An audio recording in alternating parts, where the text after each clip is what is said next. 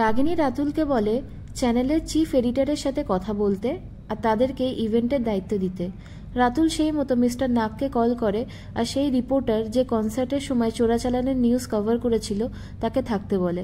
আসলে কনসার্টের আড়ালে চ্যাটার্জিরাই এই ব্যবসা করে, তাই রাতুল জানতে চায় যে ওদের বাড়া ভাতে কে ছাই দিল। অন্যদিকে ক্যান্টিনে যখন সবাই মিলে খেলা দেখছিল তখন সরোজের কাছে একটা ফোন আসে। রাত বেশি হওয়ায় সরোজের দিদা খুব চিন্তা করছিল, তাই তাকে তাড়াতাড়ি বাড়ি আসতে বলে। সরোজ অর্ণবকে সেই কথা বললে অর্ণবের মধ্যে একটু অভিমান হয়, তবু তাকে যেতে দেয়। বাইক স্টার্ট দেওয়ার সময় সরোজের মনে পড়ে যে সে বাইকের চাবিটা ফেলে এসছে। অর্ণব চাবিটা নিয়ে আসে। আসলে সে সরোজকে আটকানোর জন্য ইচ্ছে করেই চাবিটা সরিয়ে রেখেছিল। অর্ণবের ভালোবাসে মুগ্ধ হয় সরোজ।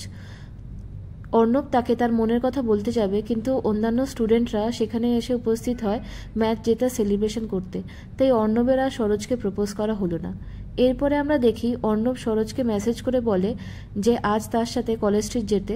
অন্যদিকে মিস্টার নাগেরও মেসেজ আসে সরোজের কাছে যে রাগিনী সেদিনের ইভেন্টের রিপোর্টার, মানে তোর সাথে কথা বলতে চায়।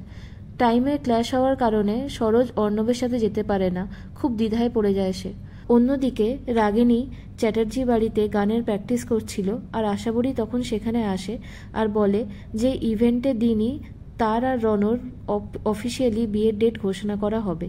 রণ ঘরে বক্সিং প্র্যাকটিস করছিল। অ্যাশ ওর কাছাকাছি আসতে যাবে, তখন রণর ভাই বোনেরা অ্যাশের সাথে মজা করতে থাকে। অ্যাশ চলে যাওয়ার পরে ডানা রণকে বলে যে অ্যাশ তোর পছন্দের নয়, তবুও তুই কেন তাকে বিয়ে করছিস। রণর মন কিন্তু সেই রিপোর্টারকে খোঁজার দিকেই পড়ে আছে। পরের পর্বে আমরা দেখতে পাবো সরোজ চ্যানেলের অফিসের দিকে রওনা হয়, কিন্তু অর্ণবকে সেই কথাটা জানাতে পারে না।